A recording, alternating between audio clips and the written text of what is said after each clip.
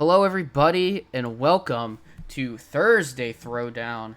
I did not change the name on the screen here, but I will do that as I'm introducing my casters for this amazing match this evening. We have a Hero Series semifinals match and between Ron Mexico and Agent PWE. So this will be the second match in their series. And alongside and people who will be casting for you tonight will be Nice Jewish Owl and Geranium Battle. Hello, gentlemen. Hello, Well, very hello. excited. Awesome. Yeah, I'm super excited for this as well. Um, Yeah, this is No Pros here is the top seeded team coming into the Heroes playoffs. So they had to buy the first week, and now their first sort of testing in playoffs, they're already up 3-1. So we'll see if Agent PWE can continue that, and will beat Ron Mexico, or if Ron Mexico will take his 3-0 comeback against Turtle. That was 2 weeks ago, and continue that momentum into this match since he did not play last week. Well, I will say Ron does have Druid again, so it's certainly possible we'll see another Clown Druid sweep this week. And he won't have to have the original bad matchup of Clown Druid into Face Hunter to go through. Although, if he brings Clown and might have to go into Rogue, which is another fairly rough matchup for the Druid. And potentially a Token Druid, which is another unfavorable. So speaking of which, we should go over the classes. From both players, we see Druid, Priest, Rogue, and Warrior. Yeah, We it can sort only of hope seems. that they're both going to ban Priests, but we Yeah. will see that very shortly. Yeah, it seems like the meta's sort of settled down, and people have pretty much said, yeah, Druid, Priest, and Warrior are really, really good. And then you sort of pick between like Rogue, Shaman, and Hunter for your last deck. Yeah, each of them has their own sort of specialty. Uh, Rogue seems to be very good at losing the Warrior. Hunter seems to be very good at losing the Priest. And Shaman, sort of based on your build, can choose either one. Yeah, I think it it's an interesting decision because I think Rogue is a deck that you bring if you know how to play it really well, because it's sort of a deck that it gets hands that just win games. Whereas Hunter and Shaman are a little more the opposite side of they sort of do the same thing every game. And then if your opponent doesn't get a good hand, you're going to run them over and they won't be able to win. But if your opponent does get a good hand, then Hunter and Shaman might struggle to keep up.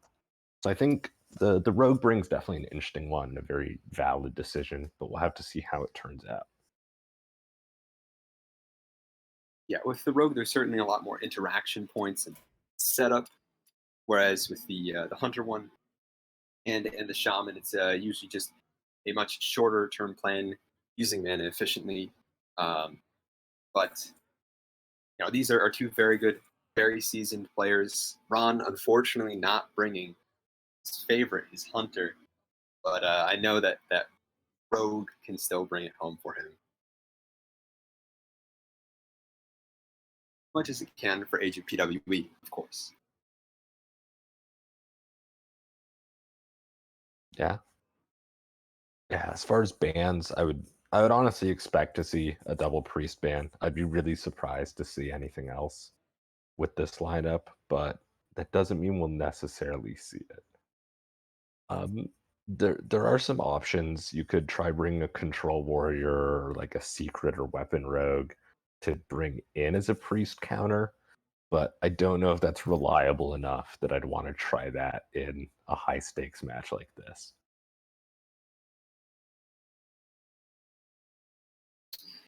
Yeah, there's also the idea of if you wanted to surprise the other person and bring a poison rogue, there is Druid to highly counter you, but you would have a much better matchup into the warrior. Yeah. Yeah, I think it's definitely a consideration to make if you want to try and bring that poison rogue. I have Uh, bans. all right. Ooh. Sounds like we have bans. Double priest ban. You'll love to see it. Oh, All thank right. goodness. Yep. Caster's relieved. Ron relieved. Agent relieved. I'm gonna send them on their way. So it looks like we're going to finish up this broadcast before the end of the night, thankfully. Yes. Well, I guess if there's a control warrior mirror, we might be here for a while, but that seems really unlikely considering both players. Yeah, for sure. Considering neither player is you, I doubt that they're going to be bringing control. Yeah. Um, to be fair though, it does have a very good matchup into both Token Druid and Miracle Rogue. Uh, I don't think we'll see it, but I don't think it's an unreasonable bring from either player. Mm-hmm. Yep. Just waiting on both players to start the match to see some eyeballs. Ron Mexico is going to be on the bottom of our screen, and Agent PWE will be on the top for myself. Um, so and either caster can spectate how they like, but yeah, for those watching, it's going to be Ron first to spectate, Agent second to spectate. It's like we're starting off with a warrior mirror. Mm-hmm. Kind of expected this. And we'll see if we're going to be here for another hour. The control mirror, but I highly doubt it since we're seeing watch post even.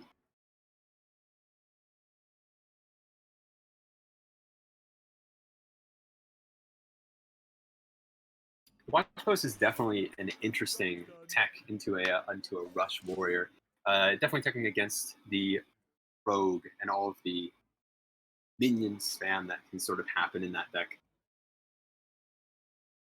Although speaking of anti-warrior tech, there is a Moonfang in Agent PWE's hand, which I think is probably in there to help in the warrior mirror.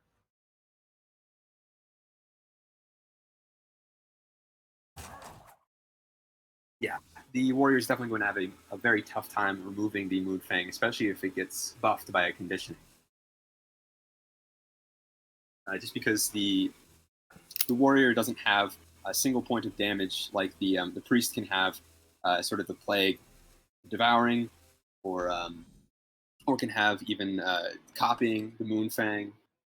But the warrior just has to swing 3 minions or 5 minions or 6 minions into the Moonfang in order to clear it.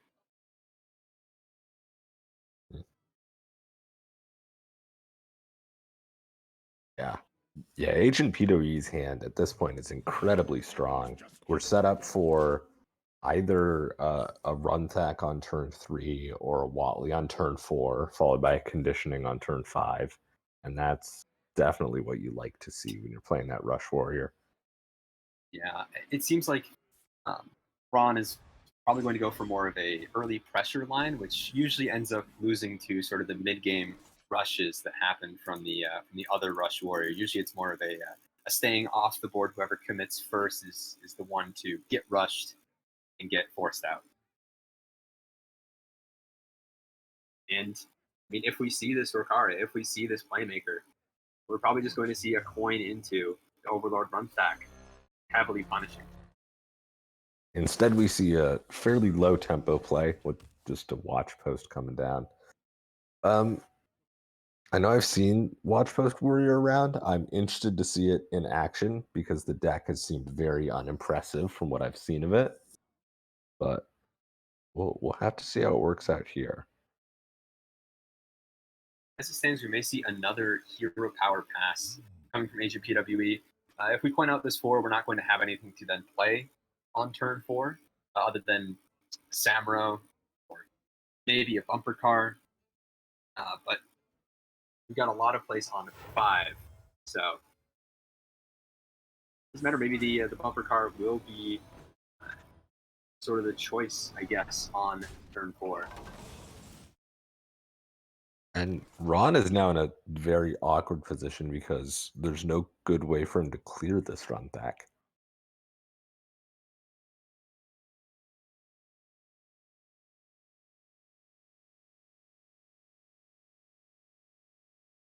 Yeah, looking at it, there's sacrificing your para is a hill that we might just have to swallow in order to clear off the Overlord run back here, just to avoid the multitude of buffs that can be going on to Agent PWE's minions in hand. But nothing we play is really going to stick around. Drops the playmaker instead. I don't mind this play. I'm not a huge fan of it, but I think trading in the Rakara is just such a losing play in this situation that I don't mind going for a slightly more aggressive play and just hoping to get on that board still. Yeah, and that was a crazy top deck by Agent PWE as well. The Sword Eater clearing off the 4/3 minion, keeping the Overload run back for another turn. He saw that Ron had no real way of removing it last time, so just going to get yet another buff.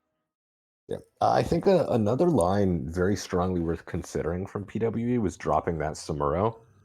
As with the run back buff, it would have been a full clear for the if you traded into the watch post, it would have fully cleared Ron's board.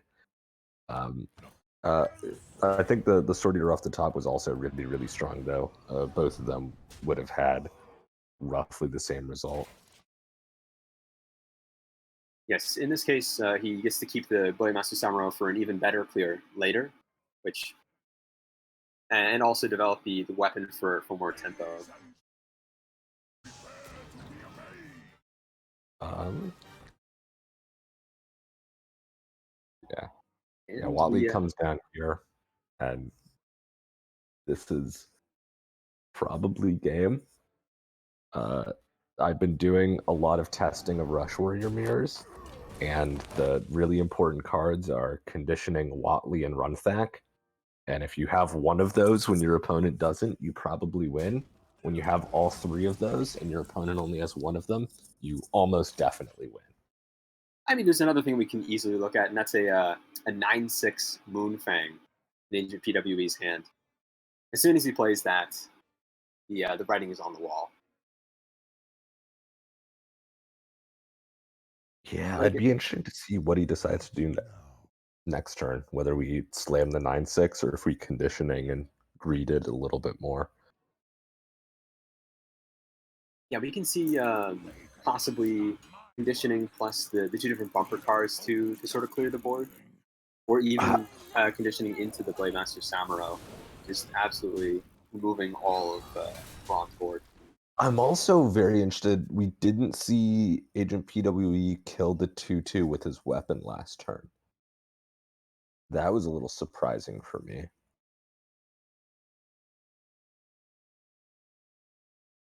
Well, it's possible that Agent PWE just has other things that he wants to send the weapon into. There really isn't a follow up weapon because he hasn't played an Imprisoned Ganard. He uh, has the other Sword Eater, but he has other plays that he wants to be doing. Yeah.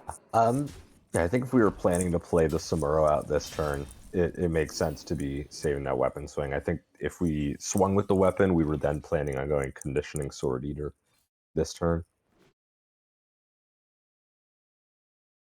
And all these options are too little, too late. We can boil Brute and have a 5/8 out on the board, but we can't actually then clear anything, and then we're going to quickly drop down to 11 and then face this 11 attack Moonfang that just ends us.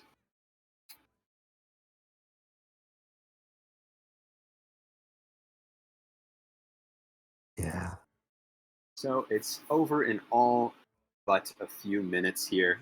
The question is, what is Ron going to queue up against this Rush Warrior afterwards? No priest, so if he brought Primordial Druid, we might see that. But Druid versus Rogue, it's not have been too great against this Rush Warrior.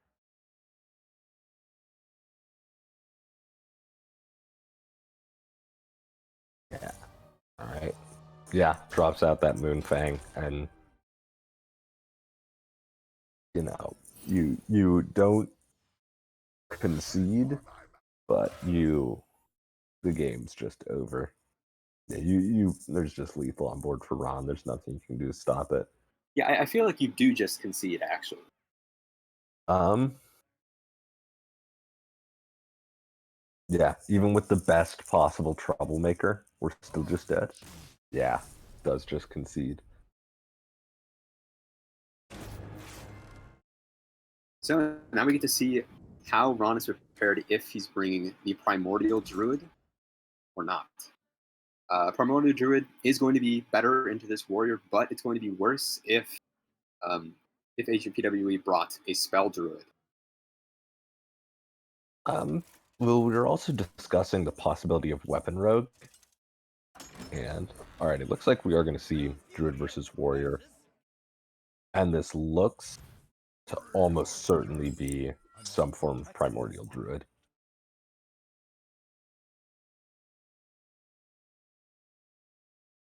We saw the Moonfang. We also see a Warmaul Challenger in HPWE's deck. That was a card that has sort of been coming out of favor over the past 2 months. It was much more run earlier on in the season, but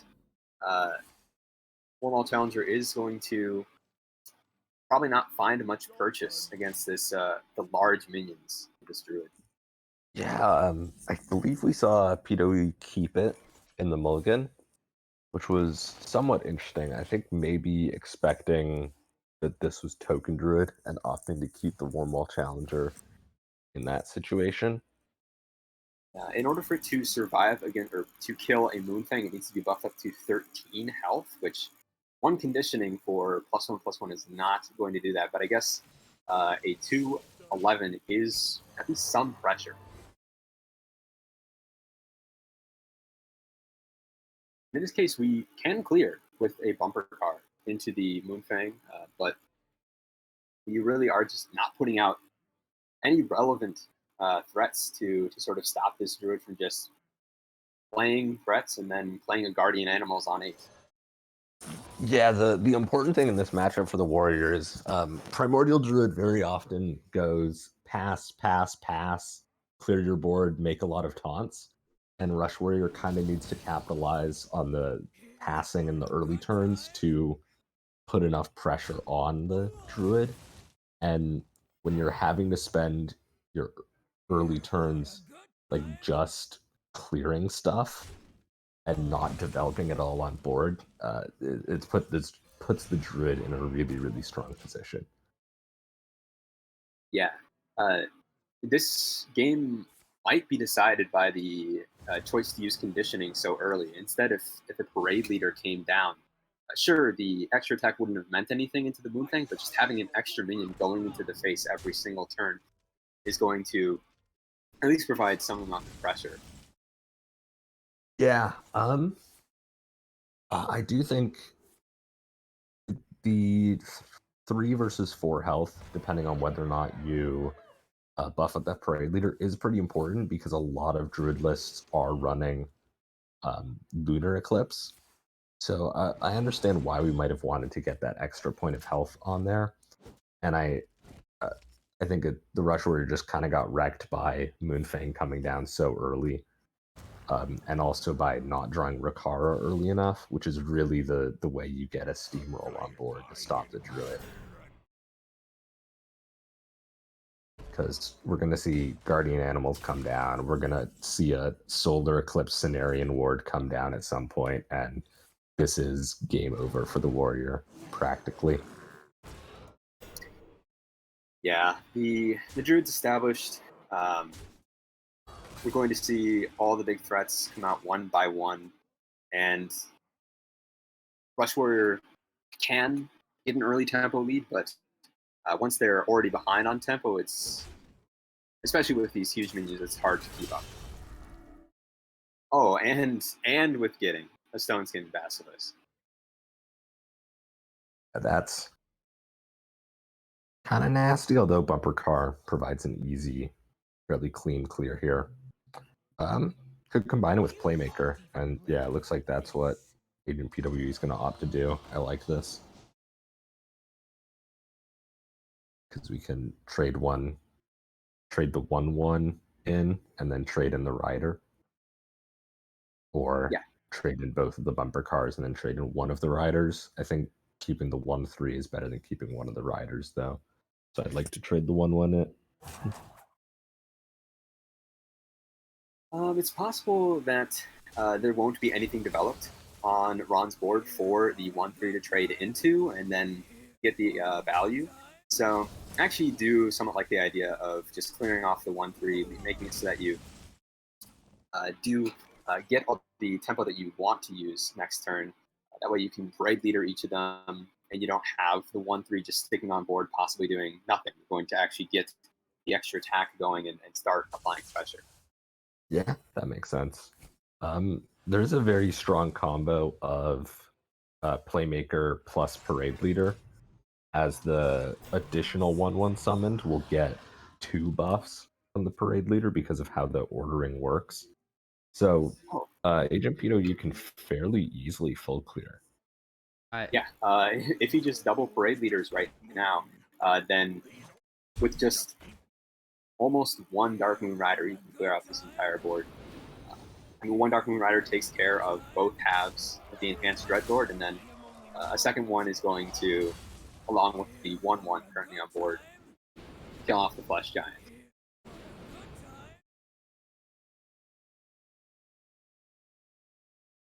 Yeah, and now this turn for the Druid is super awkward.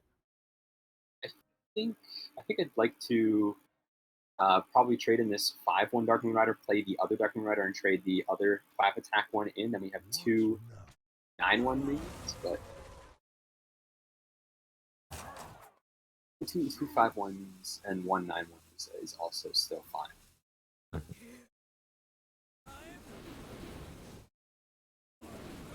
Playing as best he can around the cleave effect if another Guardian Animals was to come down. There's one in hand, but it's not going to be able to come down this turn. We'll be able to come down next turn, though, and it's probably what is able to keep Ron in this game.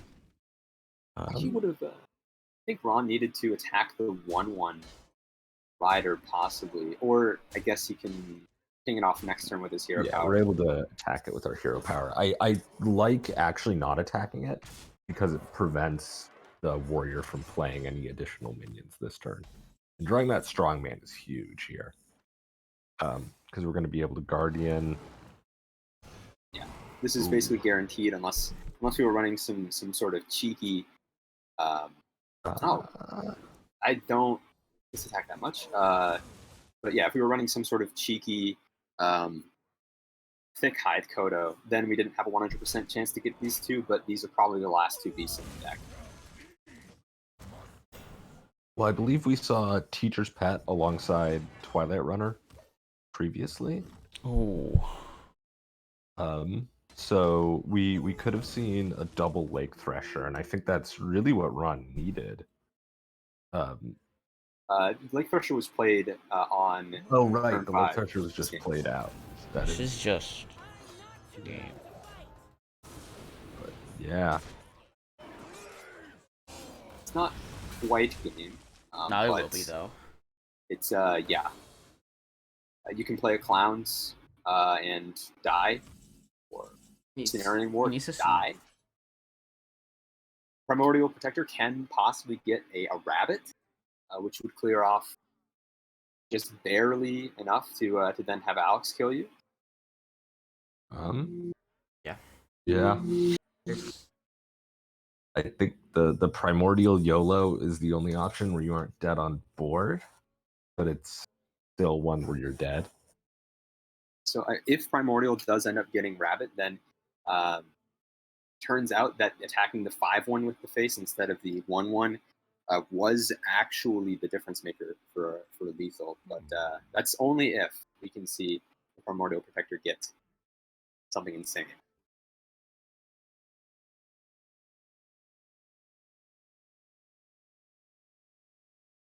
I don't believe there's any 8 drops that save us here. No, I don't think so.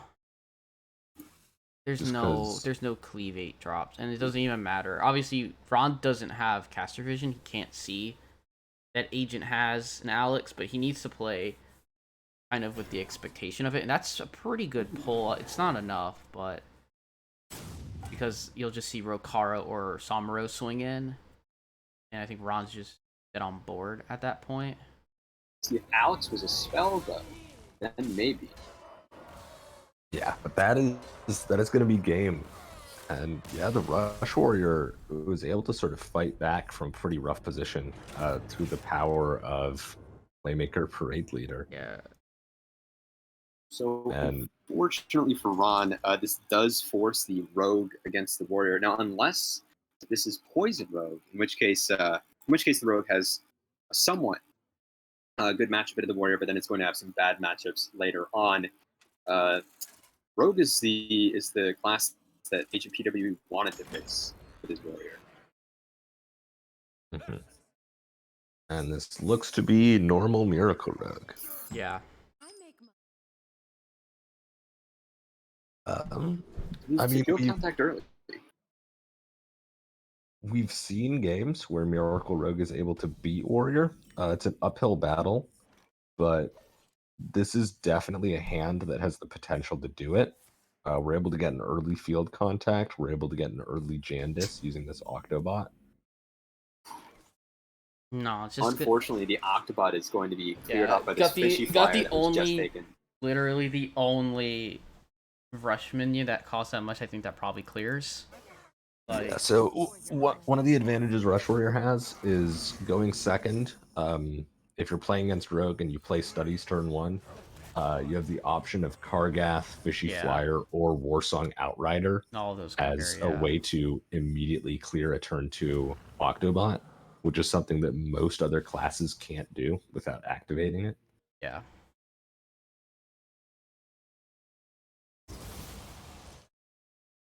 And this Fishy Flyer and the associated value is going to be pretty brutal. Mm-hmm. Field contact that was going to potentially keep Ron in this game and churning through cards is now just going to sit here in Ron's hand, just starving.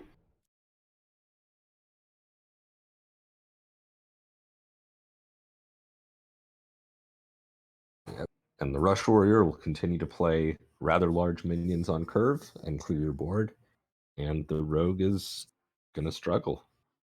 And even if the Rogue does end up just having some sort of large burst turn and gets a lot of minions on the board, then we just have Samuro still on hand, along with the conditioning to go alongside it. So there's not much hope looking at both people's hands here for Ron. And yeah, it's turn 5, so I'm guessing Rush Warrior is going to play conditioning. And yeah. There we go. Now, if Jandis Barov gets Greybow and let's see, Greybow and let's say the one that gives you Wind Fury and +2 attack.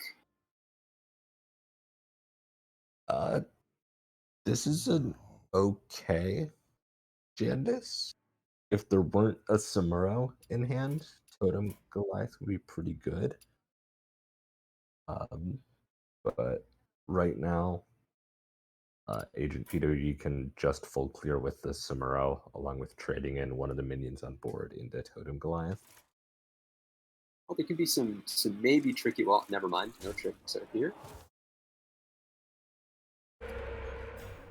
We do have to kill the taunt first because the Samuro does actually have to take damage. Something that sometimes players have forgotten, but I mean, Agent PWG was not going to. And now the Rogue is playing from even further behind and doesn't have any good catch-up mechanisms at this point. I mean, we can draw a bunch of cards here and make it so that the Warrior can't play the conditioning they've already played. Okay, Prize Plunderer lets us kill one of these, alongside our Shadow Step. I think that seems more appealing than just Shadow Stepping the Cult Neophyte, but it's still not great. Yeah, would have. That's good. I think the Shadow Step on the cult neophyte first, but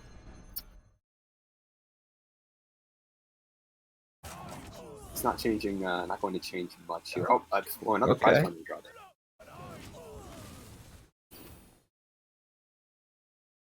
I mean, with that Mancrack alongside the second Plunder, this is now still a game of Hearthstone. It's one where the warrior is still very favored, but it's not over.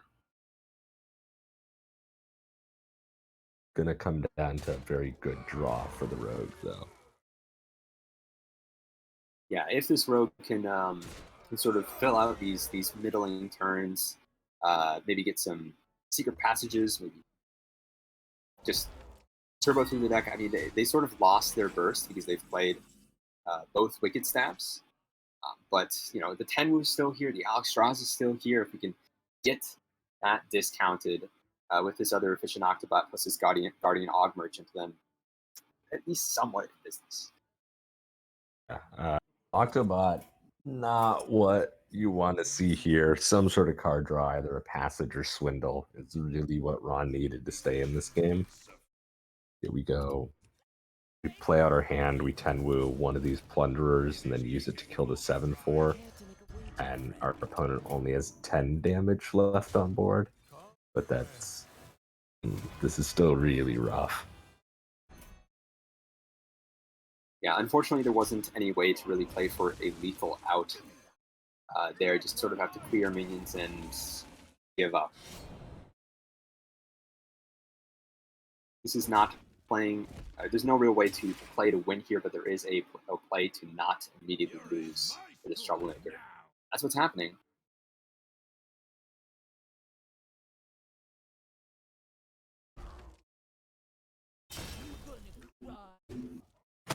Yeah, and opting to just go all face with everything. Yeah, and even with a defensive Alexstrasza, not enough of this board can be cleared. And then we're going to see an offensive Alexstrasza just finish the game. Yeah, I think for Ron, the best option here is to Alex this troublemaker and just hope your opponent doesn't have Alex. But we can see hand, and yeah, Alex gonna end another game. Alex, all 3 games, just finishing it off. HPWE 3-0 sweep over on Mexico. Yeah, This puts his team up very high, up 8-1 in points. This means that wherever I'm in Rome has to just has to win every single one from here. yeah, I think really just seeing the strength of Rush Warrior there. It's a deck that really has found itself in every lineup, but isn't one that's talked about a huge amount. Um, there's a lot of discussion about Druid and Rogue and Demon Hunter as those sort of final deck spots. Warriors sort of just a given in lineups at this point, and I think really showing why it is that auto include deck in this match. Yeah, I think this is very easily boiled down to the first game here. If that warrior was removed, even just by the primordial druid, it just makes the miracle rogue just have such a better time. But we saw just if that warrior lasts until the final game, the rogue that was a better counter to the other decks just doesn't have as much of a foothold. And that's hero. You need to bring the counter decks, and you need to make sure that you win with your very favorite matchups.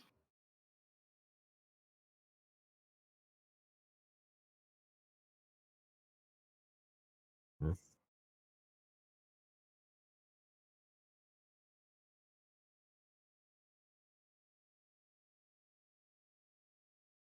Yeah.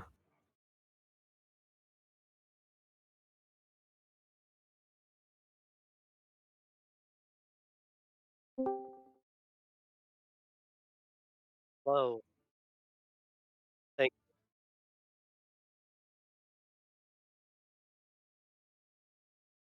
That's my sixth game of Rush Warrior I've won in a row.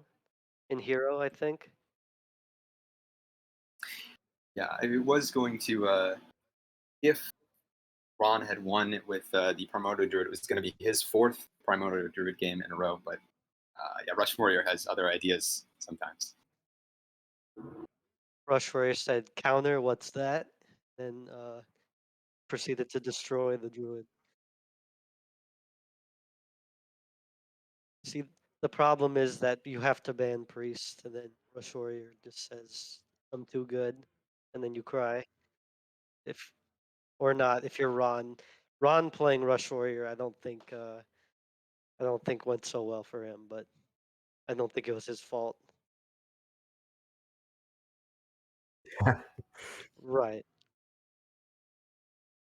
exactly. I would say for Ron that game one, there were some watch posts in his deck, and I don't think that helped him. But No, also, you had conditioning Watley and Runsack, and he had one of those. And usually, when you get more of those than your opponent, you win the mirror. this Yeah, is true. and it was a discounted Watley, and it was with the coin, and it was a lot. It was a lot. Yeah, when his answer to Runthak was Playmaker, the game was kind of over. Yeah. So yeah, The other option was trade in Rokara, and I think that puts you in a almost equally losing position. yeah, no, my hand was just the nuts in basically every game. So I'd like to say it's because of how good I am, but it's not really.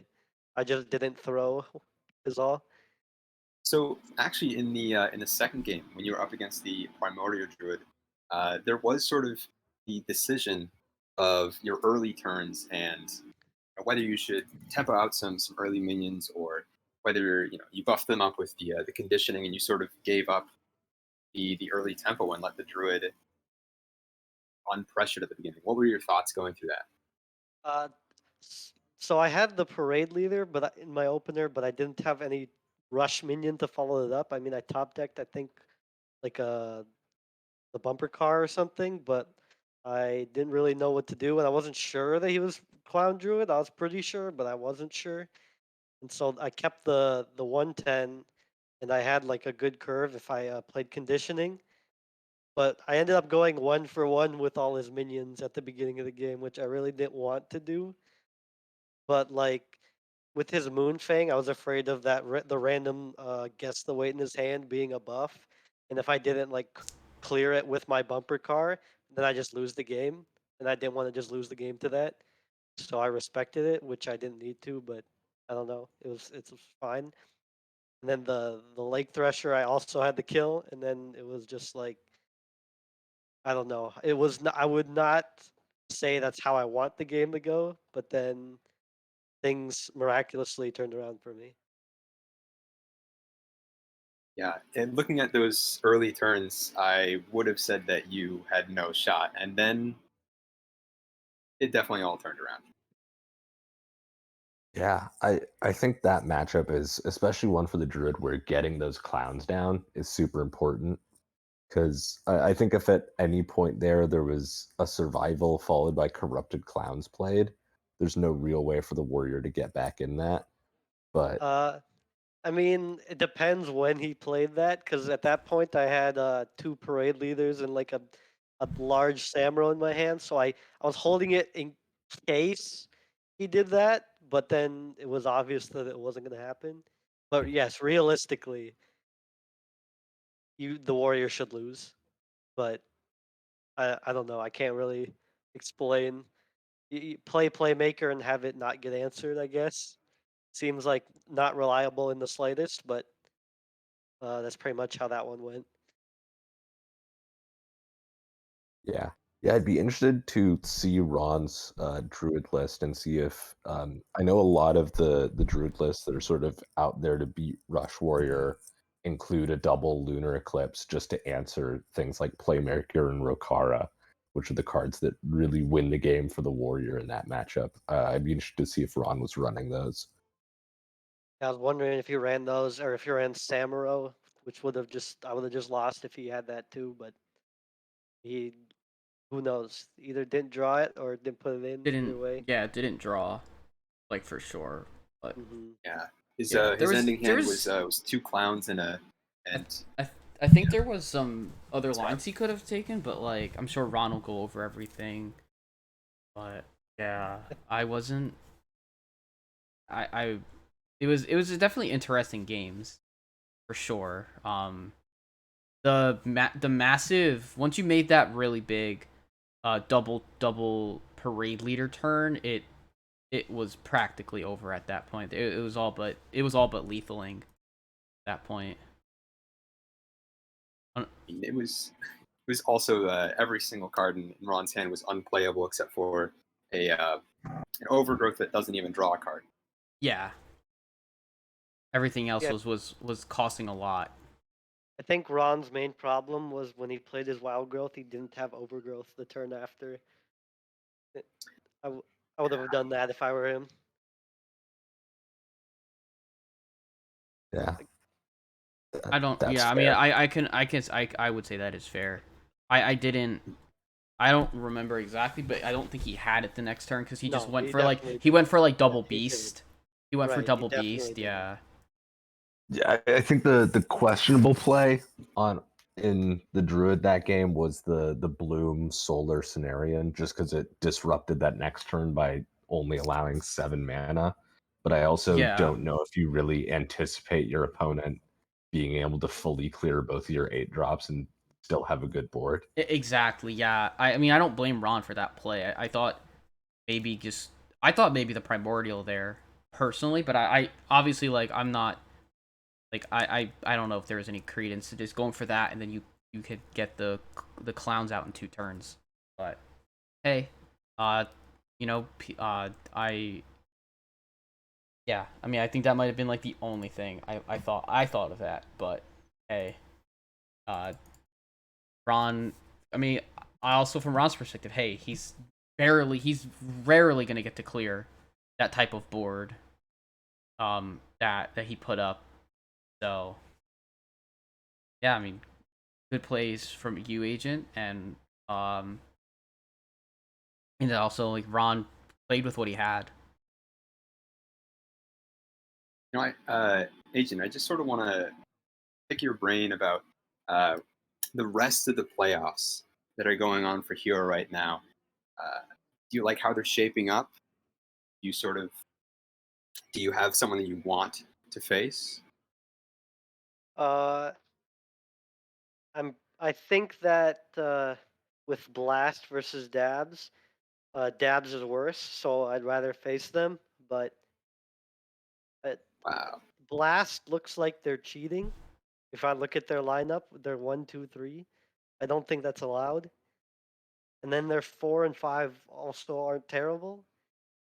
And then versus Dabs is like, I don't know. We lost to them, but we may have been slightly throwing when we lost to them.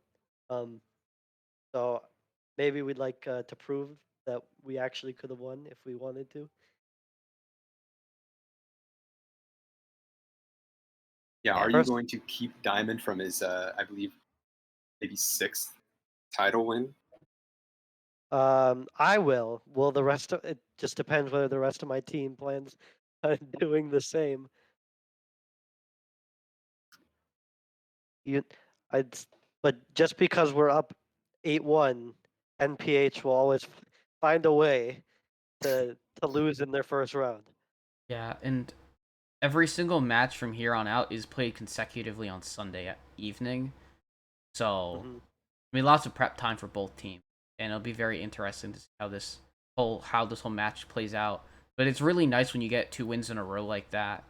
Uh, it's very likely, but it's not finished yet. So I'm sure your team will keep prepping and grinding, and so will Rome.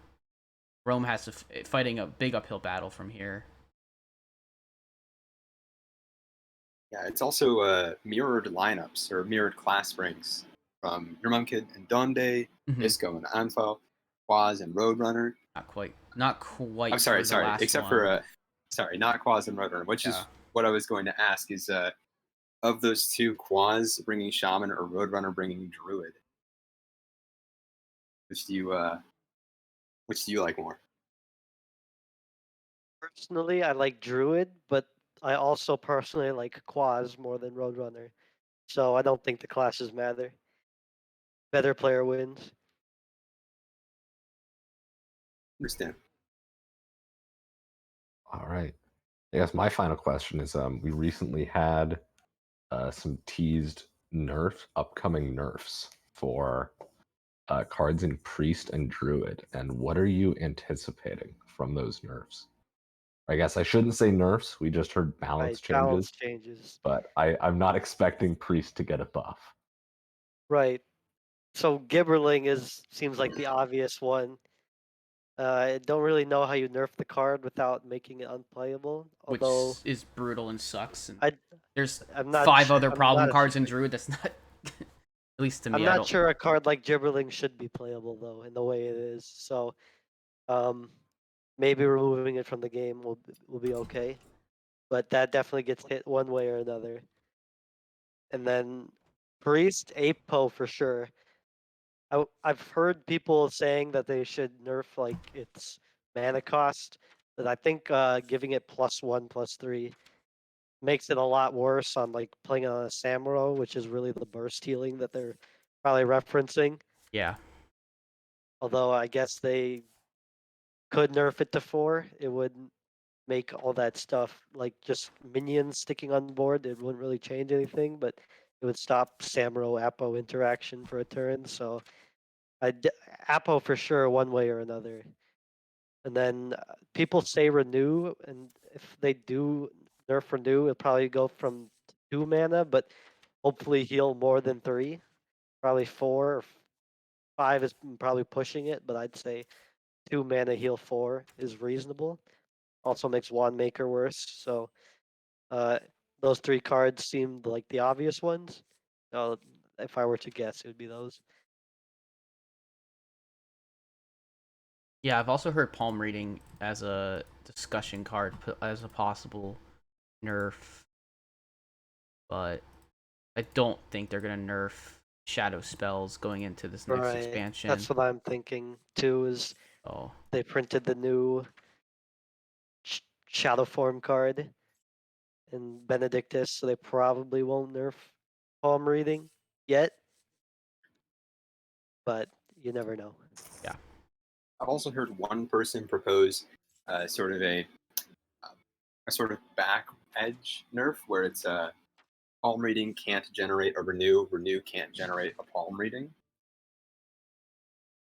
I mean, that's It, kind of what they did with DQA, where DQA couldn't find it, where like the cards can't discover themselves. that sounds funny, but I don't think it's realistic. Um, That seems it like a it lot more it difficult being able to on the cycle back between end. the two, yeah, is stupid. But also, like, how often does it happen where you go one into the other, back into the other one? Like at least renew into renew into renew. It's like I don't know. Yeah. It would make people feel better, but I don't know if it really makes sense to change, or if it would be that simple. Okay, but hear me out. What if we just did something similar with standard rotation and we just rotated out Priest for a little while? I think this is the best solution. The problem is if we rotate out priest, we also rotate out warlock by default, Yeah. but that's okay. Warlock is basically rotated out anyways. So, how about this? We take out priest and warlock, and it's a 9-class format, so we introduce a new class into the game. Last time they Yes. introduced a new class, they had to like nerf 10 cards on the first day, and I really don't want to see that again. What could possibly go wrong? Yeah, I mean, like, and I love Demon Hunter. I even like the old versions. The old versions of Demon Hunter. They were quite fun. So I think that was a cool addition. But I would not like to see Priest nor Warlock removed as a Wild fan. You know, just remember, someone said that 5 mana skull was okay. Someone also said 6 mana skull is still okay. Somebody also said that whatever Antian's original cost was okay. That was also 5 mana, Yeah. I believe. 5 mana. But I mean, You know what Standard's ready for? all good thoughts about the cards, honestly. Everyone's hating on Priest. Bring back 2/6 Cabal Acolyte. Then Oh, people will Jesus really hate Christ. Priest. Please. Oh, Yeah. It's funny, hearing two different sides of like things where like I hear a lot of the wild, maybe it's more of a wild thing, but I hear for like people like have been calling for Elucia to get nerfed again. I've heard that a bunch, or I've heard that from people. Maybe I'm not. Maybe I'm like finding the people who aren't, who like I'm finding like the people that others aren't. I don't understand that, but I know Elucia is strong, but I mean it was nerfed. It was 2 mana Elucia was initially a thing, and so you didn't play with that, then you won't. Then like 3 mana Elucia is so much better. Nerfing a Lucia basically rotates Priest out of standard, so probably shouldn't do that, but I agree. Yeah, I understand why people don't like the fact that Priest has like a single card that turns matchups from 90% into 50/50s. But it's an important card in terms of the meta and in terms of the deck. But I definitely understand why people don't like it because Yeah, there's multiple matchups that are just, well, let me just hope my opponent doesn't draw Lucy. like one thing I've learned is that Lucy is also very difficult to play at the same time. There are some matchups where it's a bit easier to play, but um, Lucy is quite difficult to play. So at least it has that going for the card where it's like 2 mana Lucy was just kind of dumb. You just played it right away and you were able to like ruin a game for your opponent. The 3 mana, yeah, you just take the coin and a 1-drop from their hand, and then they just exactly. Yeah, lose. it forced people to coin on like one or two. It forced people to try and use coins super early. Mhm. But yeah, I think that's gonna about wrap up. We don't have any other matches tonight. So obviously, thank you to Ron Mexico and thank you to Agent PWE for coming on stream. It's always fun to watch both of you play. The matchup might have been a bit lopsided in some regards. That stuff. Our series is quite interesting in that regards. But good luck to both teams the rest of this week. And thank you, Nice Jewish Owl and Geranium Battle for casting. As always, I have been your op, Dr. Fish. We will see you all sometime. I don't get any word about Saku having any matches. And perhaps on Saturday. But we will see you all sometime again this weekend, and if not, then it'll be Sunday night for the last 3 hero matches of this series. So until then, have a great night and stay safe, everyone. not everyone.